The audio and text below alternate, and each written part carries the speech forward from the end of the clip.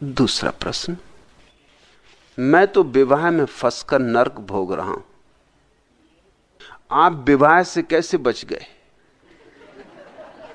यह भी बताएं कि क्या मेरे लिए अब भी बचने का कोई उपाय है? मैं अपना नाम नहीं लिख रहा हूं क्योंकि मेरी पत्नी भी यहीं मौजूद है, पर आप उत्तर जरूर देना।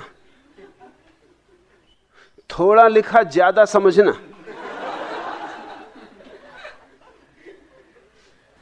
थोड़ा लिखा वह तो ज्यादा समझूंगा, जो नहीं लिखा वह भी समझ लिया। पहली तो बात तुम पूछते हो आप विवाह से कैसे बच गए। अरे जाको राखे साइया, मार सके ना कोई।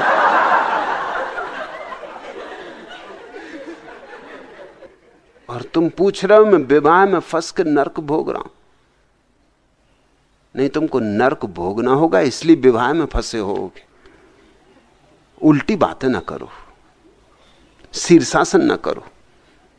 तुम दोष दे रहे हो विवाह को, जैसे कि विवाह ने तुम्हें कर लिया। अरे तुमने विवाह किया है, तुम ही घोड़े पे चढ़े होगे मोर मुकुट बांध के। देखते हो मुरारजी देसाई गधे तक पे चढ़ने को तैयार हैं, तुम घोड़े पे चढ़े होगे, दूल्हा राजा बने होगे। क्या मजा है, एक दिन के लिए राजा बना देते आदमी को, फिर जिंदगी भर का गुलाम, जोरू का गुलाम। और क्या गहरी तुम्हारी गुलामी का अपना नाम भी नहीं लिख रहे हो क्योंकि पत्नी यहीं मौजूद है। मैं समझा तुम्हारी तकलीफ। पति का अर्थ ही है जिसकी इति हो गई, जिसमें अब कुछ ना बचा। और पत्नी का मतलब है सदा रहे तनी तनी। वो बैठी होगी तुम्हारे बगल में और तनी तनी। और तुम ये मत समझना कि तुमने नाम नहीं लिखा है तो वो नहीं पहचानेगी। अरे जब तुम कम लिखा और मैं ज्यादा समझ रहा हूं तो तुम्हारी पत्नी तुम्हारा नाम न पहचान लेगी, नहीं लिखा पहचान लेगी। अभी भी हुद्दे मार रही होगी तुमको कि घर चलो, घर चल के दिखाऊंगी तुम्हें। मैंने सुना है एक जोड़ा मर के स्वर्ग के द्वार पर पहुंचा, और भी बहुत लोग मर के पहुंचे थे। रोज ही इतने लोग मरते हैं कि भीड़ लगी रहती है वहां। स्वर्ग के दरवाजे पे 2 तख्तियां लगी थी। एक तख्ती लगी थी कि जोरू के गुलाम यहां से प्रवेश करें, और जो अपनी जोरू के गुलाम नहीं है उनके लिए एक दूसरा दरवाजा था, वो यहां से प्रवेश करें। सारी भीड़ वहीं थी, जोरू के गुलाम जहां तख्ती लगी थी। सिर्फ एक आदमी, एक दुबला पतला सा आदमी, शायद तुम ही रहे हो, डरा डरा सा उस दरवाजे पर खड़ा था, अकेले ही, जहां से उनके लिए प्रवेश था, जो जोरू के गुलाम नहीं। जो राजदूत पहरा दे रहा था, रहे होंगे हमारे संत महाराज जैसे, उसने आके उस आदमी को एक धक्का दिया होगा, तू यहां क्या कर रहा है? तू समझता तू जोरू का गुलाम नहीं? चल लग क्यू में, जहां बड़े बड़े पहलवान खड़े हैं, तू यहां क्या कर रहा है? उसने कहा मैं क्या करूं, मैं यहां से नहीं हट सकता। राजदूत ने क्यों नहीं हट सकता, क्या तकलीफ है तुझे? उसने कहा मेरी पत्नी ने कहा कि तू यहीं खड़ा रह, भगवान भी मुझे हटाए तो मैं हटने वाला नहीं जब तक मेरी पत्नी ना कहेगी। उसने कहा तू इसी दरवाजे से प्रवेश कर, मैं इसी से प्रवेश करूंगा, मैं कभी उसकी आज्ञा के खिलाफ नहीं जा सकता। तुम कहते हो मैं विवाह में फंसकर नरक भोग रहा हूं। फंसे क्यों? नरक भोगना होगा इसलिए, और नरक भोग रहे हो क्योंकि भोगना चाहते हो। जरा गौर से अपने भीतर कारण खोजो, कारण दूसरे पे मत टालो। और तुम अकेले ही थोड़ी भोग रहे होगे नरक, तुम्हारी पत्नी भी भोग रही होगी, क्योंकि नारकी प्राणियों के साथ कोई स्वर्ग भोग सकता है। जब तुम नरक में हो तो तुम्हारी पत्नी क्या स्वर्ग में हो सकती? इतना फासला हो तो तुम निकल ही ना भागो। वो भी तुम्हारे बगल में बैठी, यहां भी बैठी, तो साथ ही साथ भोग रहे होगे, एक दूसरे का नरक बना रहे होगे। ये हो सकता है,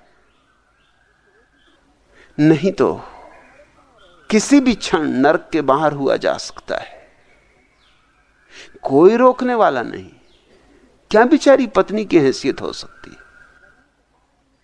पत्नी से पति इतने डरे क्यों होते? डरने का कारण उनके ही भीतर होता है। कारण अपने भीतर खोजने की कोशिश करो और तुम तत्क्षण पहचान लोगे कि कहां अड़चन है। तुम पत्नी के सामने एक रूप प्रकट कर रहे हो अपना, जो तुम्हारा असली रूप नहीं। इससे तुम्हें डर है। झूठ हमेशा डर लाता है, असत्य के साथ भय आएगा ही।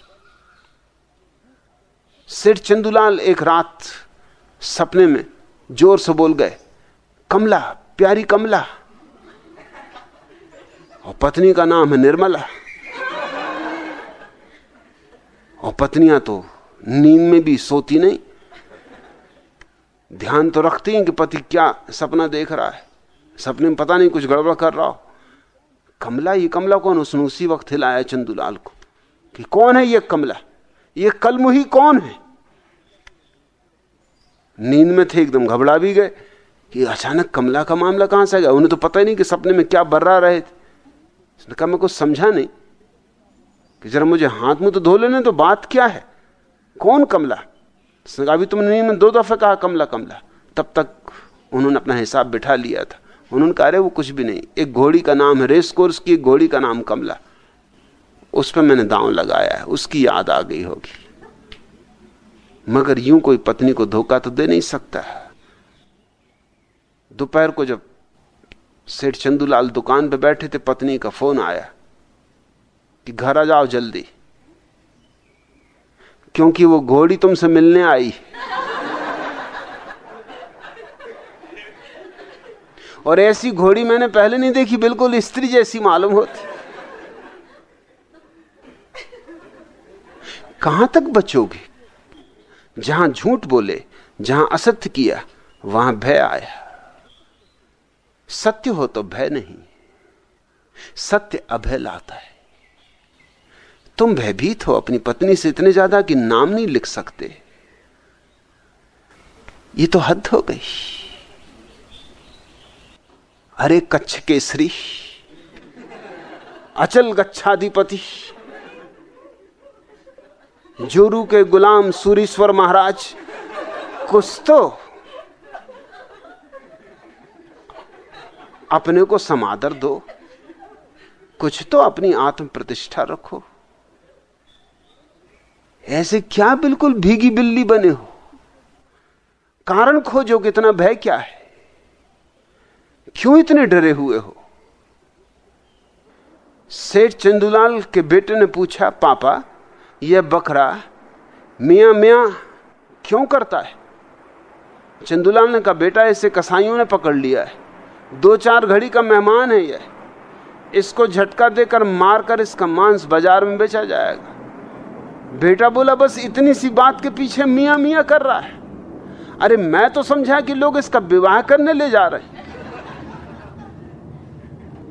चंदूलाल का बेटा देखता है अपने बाप की दुर्गति दिन रात, स्वभाव था उसने सोचा कि इसका भी विवाह हो रहा है, दिखता है जो हमारे बाप पे गुजर रही वो इस पे गुजर रही है। तुम्हारे बच्चे भी जानते हैं, एक घर में बच्चों में शांति रहे, सुव्यवस्था रहे, तो बच्चों की मां ने कहा कि सबको इकट्ठा करके कि सुनो, भारतीय परिवार कोई 1.5 दर्जन बच्चे, एक ही चीज का उत्पादन हम जानते हैं, बच्चे। सबको इकट्ठा कर लिया, सबको वो एक जैसे कपड़े पहनाती थी। कई दफा उससे पूछा भी लोगों ने कि सबको एक जैसे कपड़े क्यों पहनाती? पहले उसके 3-4 ही बच्चे थे, उनको भी एक जैसे कपड़े पहनाती थी। तब वो कहती थी कि कहीं खो ना जाएं, इसलिए। और अब 10-15 बच्चे हैं, अब भी एक से कपड़े पहनाती, तो लोग पूछते अब क्यों?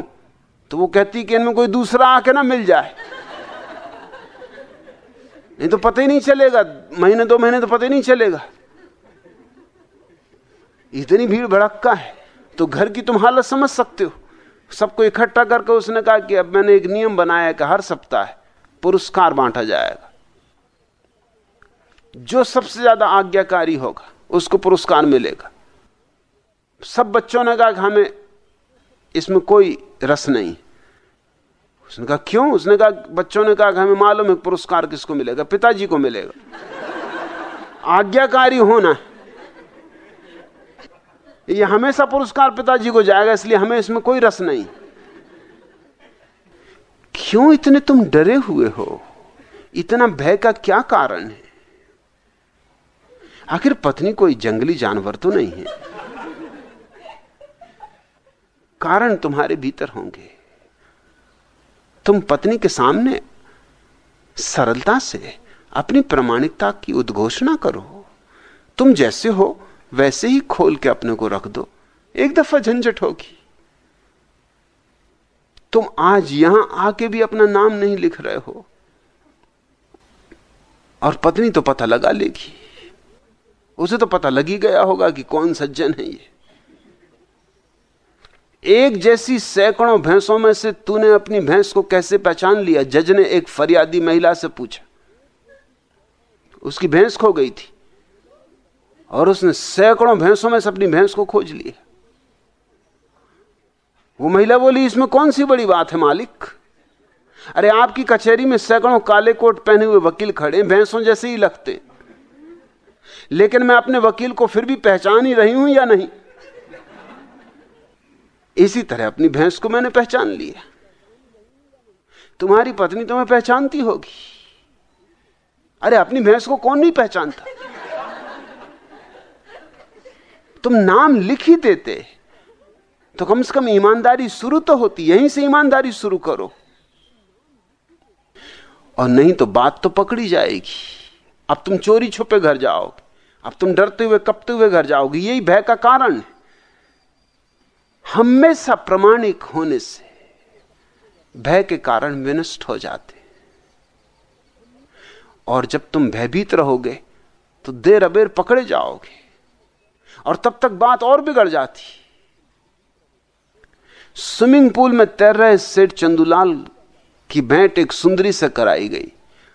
उससे कुछ देर बात करने के बाद वे घर लौटने लगे।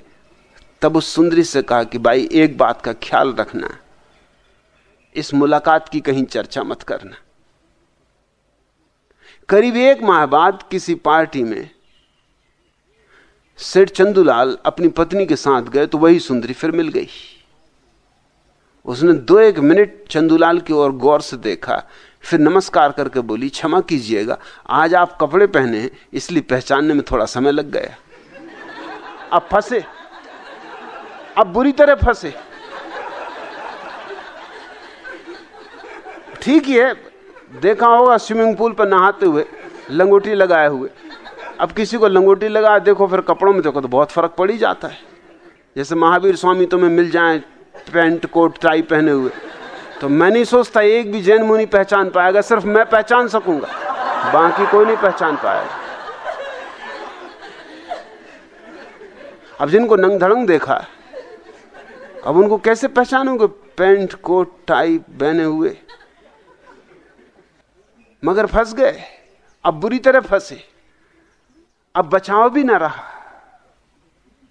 अपने भय के कारण खोजो, पत्नी पे मत थोपो।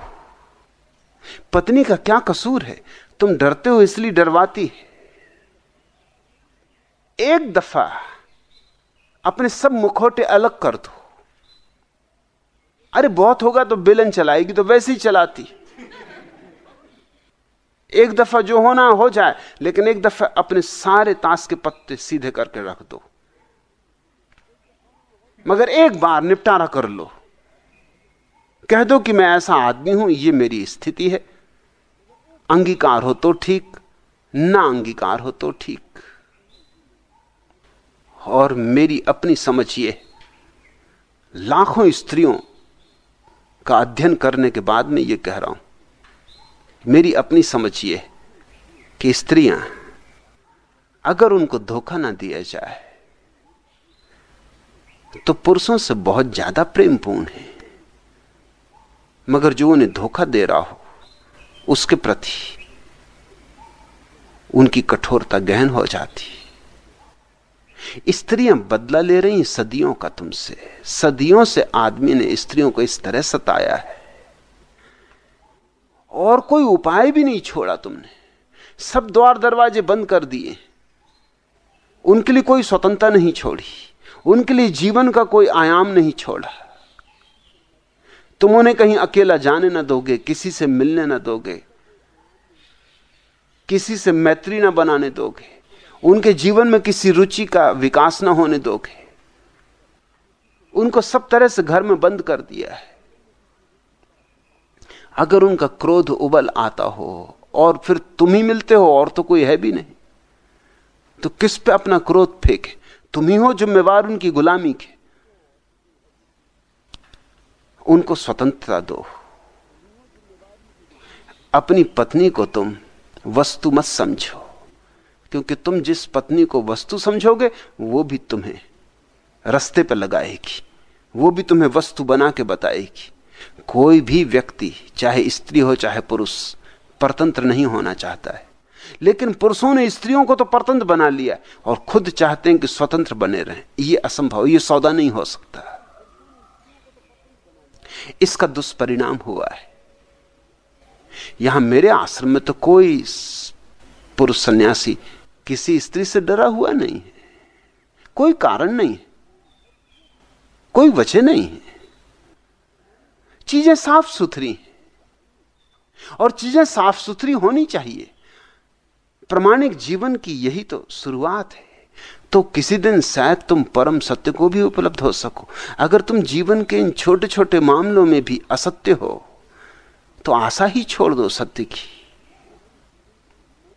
मुल्ला नसरुद्दीन से मैंने पूछा, नसरुद्दीन, क्या तुम्हारी और तुम्हारी पत्नी की राय कभी एक भी हुई है?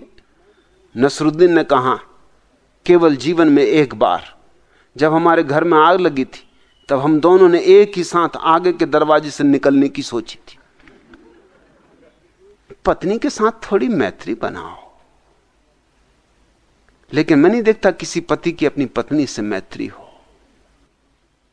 कि वो अपने हृदय की बातें उससे कहता हो। पति पत्नी बातें करते ही नहीं। असल में पति बात ही करने में डरता है कि कहीं बात में से कोई और बात ना निकल आए। पत्नी को देखा एकदम अखबार पढ़ने लगता, वही अखबार जो 3 दफे दिन भर में पढ़ चुका है, फिर पढ़ने लगता है। जल्दी से रेडियो खोल लेता है। यह बातें भी करता है तो इधर उधर की करता है, जिसमें पत्नी को कोई रस नहीं, जिसमें उसको भी कुछ रस नहीं, सिर्फ समय काटने के लिए बातें करता है। सिर्फ ऐसी बातें करता है जिनमें कोई झगड़े का उपाय ना हो, और वही वही बातें फिर रोज करता है। पत्नी भी ऊब जाती है उसकी बकवास सुन सुन के। मैत्री साधो। प्रेम तो दूर की बात है, कम से कम मैत्री तो साधो। और मैत्री सधे तो शायद कभी प्रेम भी सध जाए। कभी पत्नी के साथ बैठ के ताश खेलते हो, कभी पत्नी के साथ बैठ के शतरंज खेलते हो, कभी चौपड़ बिछाते हो, कभी पत्नी के साथ बैठ के गपशप करते हो। कोई संबंध नहीं तुम्हारा मैत्री का। पति और पत्नी के बीच मैत्री असंभव मालूम होती तो फिर दुश्मनी ही बच रहती। फिर बचा क्या? एक ही नाता बच रहा फिर, और वो दुश्मनी का। और तुम कहते हो स्त्री धन है। तुम ऐसी कहावतें बनाए हुए, जर जोरू जमीन, झगड़े के घर 3। तुमने जोरू को भी जमीन और जर के साथ जोड़ दिया। इस सारे अपमान का बदला किससे लिया जाए? तो ये विस्फोटक स्थिति है। सेठ चंदूलाल अपनी पत्नी से बोले, देख भाई, तू बात बात में लड़ा नहीं कर, घर में थोड़ी शांति रहने दे, कृपा कर। उनकी पत्नी गुलाबों ने बेलन उठा के कहा कि तुम्हें ये इल्जाम लगाते शर्म नहीं आती? मैं कहां लड़ती हूं, ऐसे गलत इल्जाम लगाए तो याद रखना, ऐसा मारूंगी कि नानी की याद आ जाएगी। पति और पत्नी के बीच एक तनाव है, और वो तनाव तुम झुठलाने की कोशिश करते हो, लीपापोती करते रहते हो, मगर उस तनाव को हल करने की कोशिश नहीं करते। तुम सरलता से स्वीकार करो कि पत्नी की भी अपनी स्वतंत्र आत्मा है, उसका अपना व्यक्तित्व है, अपनी निजता है, और तब वह भी तुम्हें मौका देगी स्वतंत्र होने का और निज होने का। और स्वतंत्रता के लिए सब कुछ निछावर किया जा सकता है। विवाह कुछ इतनी मूल्यवान चीज नहीं कि उसके लिए तुम्हें अपना जीवन निछावर करना पड़े। और एक बार पत्नी को यह समझ में आ जाए कि तुम स्वतंत्रता को इतना प्रेम करते हो कि अगर विवाह भी खत्म होता हो तो तुम फिक्र ना करोगे, लौट के ना सोचोगे, तो पत्नी पुनर्विचार करेगी पूरी स्थिति पर। लेकिन तुम डरे रहे तो डराए जाओगे। बिल्लू गुरु बैठक खाने में दोस्तों से बात कर रहे थे। उनकी बात सुन रहे उनके बेटे ने भागकर मां को सूचना दी, मां डैडी कह रहे हैं कि पति और गधे में अंतर नहीं होता, क्या वे गधे? मां बोली, बड़ों की बात में अविश्वास नहीं करना चाहिए, वे जो कहते हैं सही कहते। पति पत्नी के बीच एक मैत्री का नाता चाहिए, अन्यथा क्या बच रहता है फिर? पत्नी नौकर हो गई तुम्हारी, खाना बनाए, बच्चों को पाले, दिन भर घर साफ करे, तुम्हारे कपड़े धोए, और फिर उसका शरीर है तुम्हारे लिए, उसका तुम रात उपयोग करो, और बदले में तुम क्या दे रहे हो? तुमने कभी पत्नी बर्तन मल रही हो उसके साथ हाथ बटाया बर्तन मलने में? वो घर साफ कर रही हो तो तुमने कभी कहा कि तू बैठ आराम कर ले, मैं फुर्सत में बैठा हूं, मैं घर साफ किए देता हूं? तुम थोड़ी मैत्री बनाना शुरू करो तो ये भय अपने से विसर्जित हो जाए, और तुम पत्नी को सम्मान दो तो ही सम्मान पा सकते हो। सम्मान के उत्तर में ही सम्मान मिलता है। तुम अपमान कर रहे हो तो अपमान ही पाओगे। पुरुषों की यह दृष्टि है कि स्त्रियां क्या हैं, पैर की जूतियां हैं, कैसे सम्मान पाओगे? और साधारण लोगों की नहीं, तुम्हारे बाबा तुलसीदास जैसे लोगों तक की भी यही बुद्धि है। ढोल गमार शूद्र पशु नारी, सबको ढोल गमार में गिन दिया, पशुओं में गिन दिया, शूद्रों में गिन दिया स्त्रियों को। और कभी बाबा तुलसीदास ने यह भी न सोचा कि उनकी स्त्री के कारण ही उनके जीवन में राम का पदार्पण हुआ। उसी स्त्री को धन्यवाद देना था,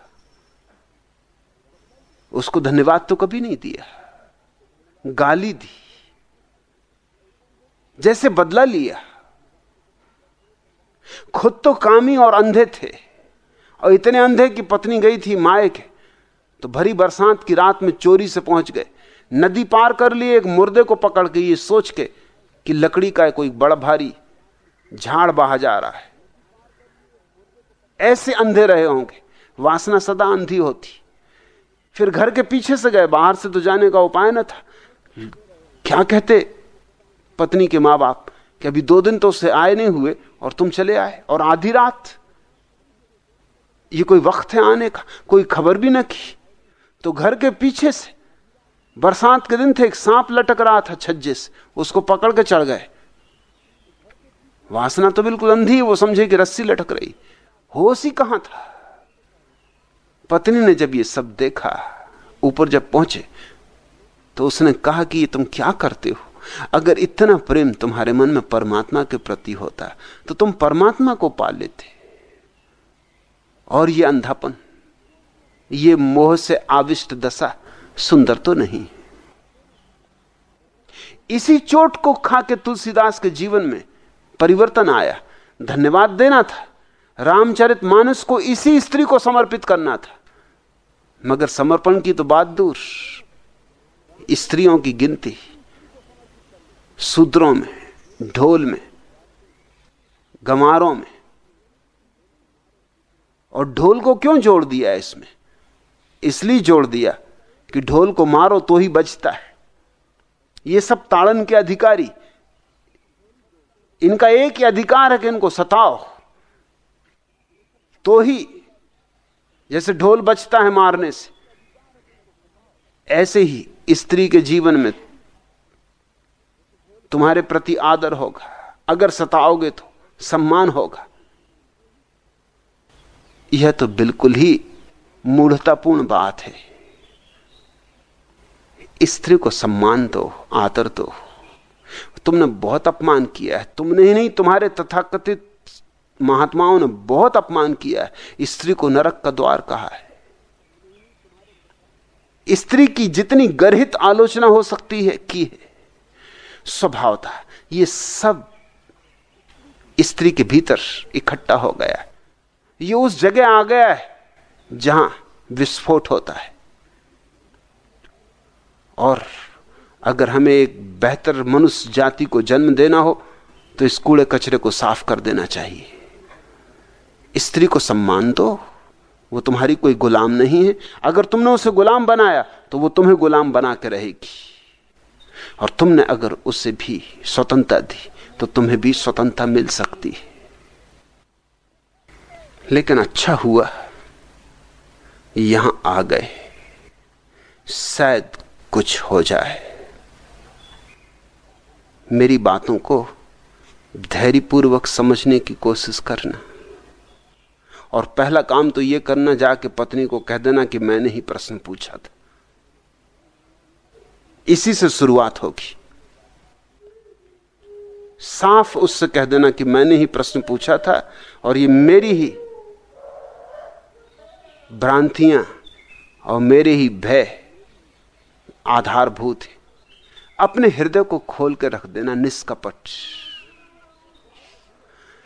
जब भी आ गए भला, देर से आए तो भी भला, सुबह का भूला सांझ भी घर आ जाए तो भी भूला नहीं कहता। देर लगी आने में तुमको, देर लगी आने में तुमको, शुक्र है फिर भी आए तो। देर लगी आने में तुमको, शुक्र है फिर भी आए तो। आस ने दिल का साथ न छोड़ा, आस ने दिल का साथ न छोड़ा, वैसे हम घबराए तो। आस ने दिल का साथ न छोड़ा, वैसे हम घबराए तो। देर लगी आने में तुमको। सफक धनक महताब घटाएं, सफक धनक महताब घटाएं, तारे नभ में बिजली फूल। इस दामन में क्या क्या कुछ है, दामन हाथ में आए तो। सफक धनक महताब घटाएं, तारे नभ में बिजली फूल। इस दामन में क्या क्या कुछ है, दामन हाथ में आए तो। देर लगी आने में तुमको। झूठ है सब तारीख हमेशा अपने को दोहराती है। झूठ है सब तारीख हमेशा अपने को दोहराती है। अच्छा मेरा ख्वाब जवानी थोड़ा सा दोहराए तो। अच्छा मेरा ख्वाब जवानी थोड़ा सा दोहराए तो। देर लगी आने में तुमको। चाहत के बदले में हम तो बेच दें अपनी मर्जी भी। चाहत के बदले में हम तो बेच दें अपनी मर्जी भी। कोई मिले तो दिल का गाहक, कोई हमें अपनाए तो। कोई मिले तो दिल का गाहक, कोई हमें अपनाए तो। चाहत के बदले में हम तो बेच दें अपनी मर्जी भी। कोई मिले तो दिल का गाहक, कोई हमें अपनाए तो। देर लगी आने में तुमको। शुक्र है फिर भी आए तो। आस ने दिल का साथ न छोड़ा, वैसे हम घबराए तो। देर लगी आने में तुमको। कोई चिंता नहीं, विवाह हो गया, उलझ गए जाल में। लेकिन कितनी ही देर हो गई हो, अभी भी क्रांति घट सकती है। और अच्छा ही हुआ कि इस अनुभव से गुजर गए। बिना इस अनुभव से गुजरे भी मुश्किल थी। न विवाह करते तो सोचते कि जिन्होंने विवाह किया है, आहा कैसे मजे में। जैसा अभी सोच रहे हो कि जिन्होंने विवाह नहीं किया, आहा कैसे मजे में। जो मिल जाता है उससे आदमी अतृप्त हो जाता, और जो नहीं मिलता उसमें आशा लगी रहती। अच्छे हुआ कि एक झंझट से मिट गए, एक उपद्रव मन से शांत हो गया। ये तो अकल आ गई। इतनी अकल विवाह ला दिया, यही कोई कम बात है? इतना होश आ गया कि फंस गए, नरक में पड़ गए, मगर अपने हाथ से पड़े हो तो बाहर निकल सकते हो। ये अनुभव कीमती हो सकता है। और जिस स्त्री को तुमने अपनी पत्नी बनाया है, खुद भी निकलो, उसे भी निकालो। इतना तो कर्तव्य है ही। जैसे तुम नरक में गिरे हो और उसे भी गिराया है, ऐसे ही तुम भी निकलो और उसे भी निकालो। और मैं कहता हूं कि तुम अगर निकलो तो वह भी निकल आएगी। मैंने सदा अनुभव किया है कि स्त्रियों के पास ज्यादा सूझबूझ स्पष्ट, क्योंकि स्त्रियां बुद्धि से नहीं सोचती, हृदय से सोचती, तर्क से नहीं सोचती, लेकिन उनका प्रेम पर्याप्त है उनको अंतर्दृष्टि देने में। अगर वो देखेगी तुम्हारा उज्जवल रूप, तुम्हारा ध्यानस्थ रूप, तुम्हारा उठता हुआ प्रकाश, तुम्हारा खिलता हुआ फूल, तो तुमसे पीछे नहीं रह जाएगी, तुमसे आगे भी जा सकती है। अकेले मुक्त होने की चेष्टा तो बहुत लोगों ने की, भाग गए जंगल, मगर मैं उनको भगोड़े मानता हूं, कायर मानता हूं। कोई भागने की जरूरत नहीं। जहां हो वहीं मुक्ति भी हो और वहीं दूसरों को भी मुक्ति देने का उपाय करो, और तुम्हारे मुक्त होने से उनके लिए भी मार्ग खुलेगा। मगर तुम अगर डरे, तुम अगर भयभीत रहे, तो तुम खुद भी बंधन में रहोगे और तुम दूसरे को भी बंधन में रखोगे।